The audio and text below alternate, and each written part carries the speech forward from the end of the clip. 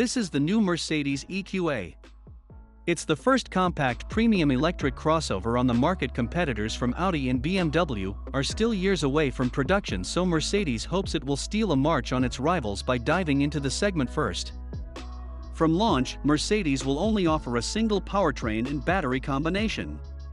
The system comprises a 66.5 kilowatt-hour battery pack and a single electric motor mounted on the front axle, for a combined output of 188 horsepower and 375 Newton-meters of torque. Mercedes says the EQA will have a 0 to 62 miles per hour time of 8.9 seconds and a top speed of 99 miles per hour. The entry-level model will also have a maximum range of 302 miles. However, those craving a little more performance shouldn't worry, as Mercedes will soon expand the EQA's lineup with a twin-motor, all-wheel drive variant. Final performance figures are yet to be confirmed, but the company has said it'll generate more than 268 horsepower. The system will also have 500 Newton-meters of torque, offering a 0 to 62 miles per hour time of around 5 seconds. Mercedes will also introduce a slightly more efficient model, with a maximum range of 310 miles.